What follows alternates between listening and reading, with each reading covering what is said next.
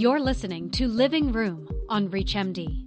This medical industry feature, titled Recognition of Glucocorticoid Toxicity and the Need for Alternative Treatments for Inflammatory Disease, an Expert's Opinion, is sponsored by Sanofi and Regeneron.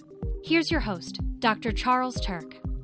This is ReachMD, and I'm your host, Dr. Charles Turck. Today we'll be speaking with Dr. John Stone. He's an expert in spotting glucocorticoid toxicity and identifying the need for alternative treatments for inflammatory disease. Dr. Stone is a professor of medicine at Harvard Medical School and the Edward A. Fox Chair in Medicine at the Massachusetts General Hospital in Boston. John, thank you for being here. Thank you for having me, Charles. Let's begin with the current basics for clinical glucocorticoid use. What do they treat and how are they used? Glucocorticoids, or GCs, are mainstays of treatment for many diseases and are effective at treating many inflammatory conditions, especially in primary care. Examples of these conditions span many therapeutic areas, including dermatological, respiratory, rheumatic, and gastrointestinal diseases. In particular, atopic dermatitis, asthma, polymyalgia rheumatica, and inflammatory bowel disease are commonly treated with GCs in the clinic, and the judicious use of GCs in patients with those conditions often leads to meaningful improvements in symptoms. In some cases, the treatment course with GCs is brief, lasting only a week or two, for example, in the control of an asthma flare. In others, however, chronic GC therapy is needed for disease control. The guidelines for best uses of GCs to treat conditions across these therapeutic areas always recommend trying to minimize the dosage and length of use. For example, the 2021 American College of Rheumatology guidelines for rheumatoid arthritis recommend that GCs should be used at the lowest effective dose for the shortest duration possible. Despite these recommendations, chronic courses remain common for many patients and many diagnoses. It's not uncommon for GC use to last in some patients for many years. This can occur in patients with chronic or severe disease who are unable to get off GCs without a worsening of their condition. That's interesting to know. What are some of the effects that patients may see when they're treated with a GC for so long? Well, adverse events, or AEs, from GC treatment have been shown to be related both to the average dose and the cumulative duration of treatment. The risk of a GC-treated patient experiencing complications from these therapies only increases with treatment length. One recent study evaluated data from more than 2,000 patients across a variety of disease indications. The patients took an average of 16 milligrams of prednisolone equivalent. Up to 90% of the patients in that study experienced GC toxicity if the treatment exceeded 60 days. GC toxicity may impact many different organ systems throughout the body, including psychological or behavioral side effects. There are also multiple ophthalmological, cardiovascular, or metabolic side effects with these treatments. Common adverse effects include mood and sleep disturbances, glaucoma, cataracts, skin thinning or bruising, headaches, and infections.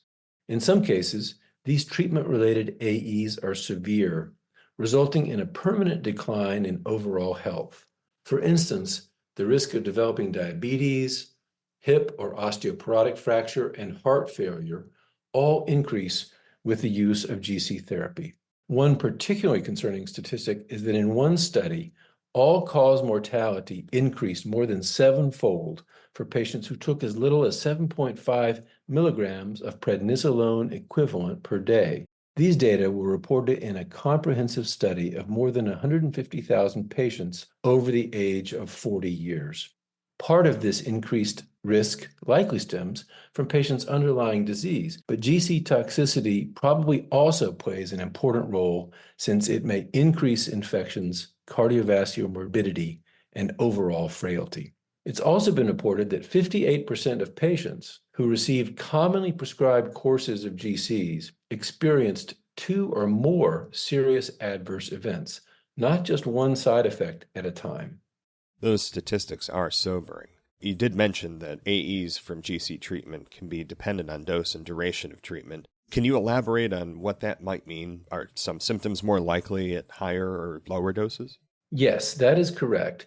The toxicity effects of GCs depend generally on both the dose and duration of treatment, but there are nuances to this statement when it comes to the specific details of individual toxicities. That is to say, the different AEs associated with GC use have variable relationships to the quantity and length of treatment.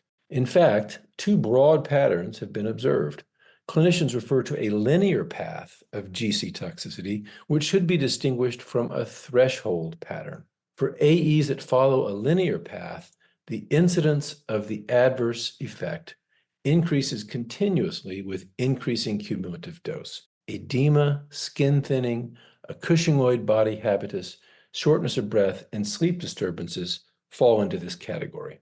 Alternatively, though, some other AEs are only observed once a certain threshold of GC dose has been reached. These adverse effects include glaucoma, cataracts, depression, and an increase in blood pressure. Some threshold pattern adverse effects have a very low threshold dose, such as cataracts, which have been reported at doses of less than 5 milligrams of prednisolone per day. Other examples of adverse effects associated with a threshold pattern of toxicity also include avascular necrosis of joints and pathological fractures of bone. Even when GCs are taken as recommended, adverse effects are still common.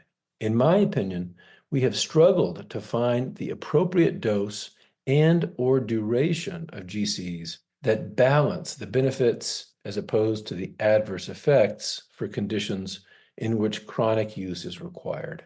Although adverse effects are more common at higher doses and with chronic use, they are not limited to these cases. Even very low-dose GC treatment can cause adverse events. For example, fractures as a result of GC treatment, both non-vertebral and vertebral, may occur as soon as 1 month after GC treatment initiation with as little as 2.5 milligrams a day.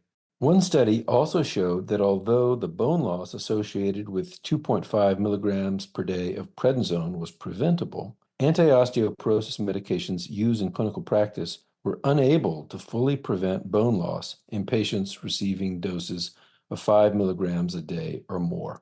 It's clear that the fracture risk among patients who are being treated with GCs is heightened beyond what would be expected simply from changes in bone mineral density.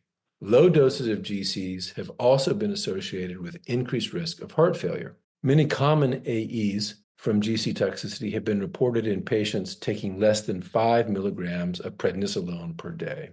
These include hospitalization for infection, depression, sleep disturbances, skin thinning, weight gain, increase in blood pressure, edema, and cataracts, among many others. Patient susceptibilities to certain AEs clearly plays a role in how GC toxicities unfold. Does that mean there are certain risk factors that contribute to how susceptible a patient is for GC toxicity? Yes, the things I pay the most attention to are age, dose and duration of GC therapy, patient medical history, and other medications that the patient may be taking. Age is important in this setting. Elderly populations have higher rates of comorbidities that may be exacerbated by GC use. Dose and duration required for treatment is also a consideration because high doses may increase risk and may be required for some diseases or for more severe disease. Long duration of treatment increases risk and cumulative GC dose and exposure, which can occur when patients are unable to get off GCs without having an exacerbation of their underlying disease. Third, I consider the patient's history of underlying comorbid conditions, including osteoporosis, diabetes mellitus, glaucoma, and uncontrolled hypertension, which are likely to be exacerbated by GC use. Finally, concomitant use of other medications may present risk for toxicity because GCs are known to have interactions with other immunosuppressive drugs, with non-steroidal anti-inflammatory drugs, and with anticonvulsants. In cases when GC therapy is unavoidable, are there any steps that can be taken to mitigate a patient's risk of experiencing toxicity? There are two different sides of this, the healthcare provider perspective and, of course, the patient's perspective. Healthcare providers and patients must work together to optimize clinical outcomes in patients treated with GCs to reduce as much as possible the adverse effects associated with GC use. First, healthcare providers can use the tools at their disposal to obtain a baseline assessment of the patient's health and then routinely monitor for changes.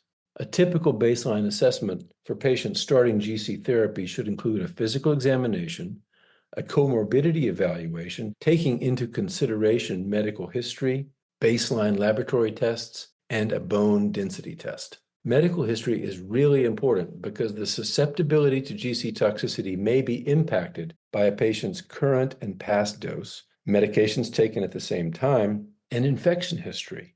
In addition, a patient's vaccination status is important because GCs may reduce vaccine efficacy. A lateral spine X-ray may also be considered in adults older than the age of 65 or in children taking GCs for more than 3 months to examine for vertebral fractures. Important blood tests to examine at the start of GC therapy include a hemoglobin A1C and lipid profile. And on the patient side? On the patient side, education about GC toxicity symptoms is important. This way, they can be on the lookout for any new symptoms and know when it's important to inform their healthcare provider of any concerning changes. There are also a few positive lifestyle changes patients should consider that may lower their risk of GC toxicity. These include weight-bearing exercise, diet modifications, and limiting smoking and alcohol intake. All of these factors are important to the early recognition and prevention of GC toxicity. What steps can be taken to help prevent or manage GC toxicity in cases when GC therapy is unavoidable? What role do disease specialists play? Specialists are an important resource for mitigating GC toxicity. In primary care, after disease diagnosis and the start of GC treatment, a standard treatment path would include symptom improvement and/or remission, followed by GC tapering, and ultimately discontinuation. Despite regular monitoring and prevention strategies, however, some patients remain at high risk for or still experience GC toxicity. These patients may have a more complex treatment progression or be unable to taper off GCs successfully, and this is where the role of the disease specialist is particularly important. They can help patients navigate complicated situations and give recommendations on alternative treatments specific to their field.